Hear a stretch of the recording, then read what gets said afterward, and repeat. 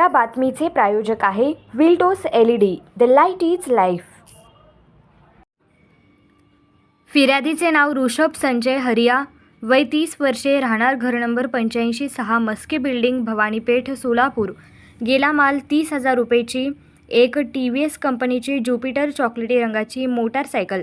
यात हकीकत अशी की यातील फिर्यादीच्या ताब्यातील मोटारसायकल क्रमांक MH13DC 2064 ही वरील ठिकाणी हँडल लॉक करून ठेवली असता कोणीतरी अज्ञात चोरट्याने फिर्यादीची वरील वर्णनाची व किमतीची मोटारसायकल ही फिर्यादीच्या संमती वाचून मुद्दाम लबाडीने चोरून नेले आहे, म्हणून याचा तपास जोडभावी पेठ पोलीस ठाण्याचे हेड कॉन्स्टेबल आरे नवरू हे करीत आहेत।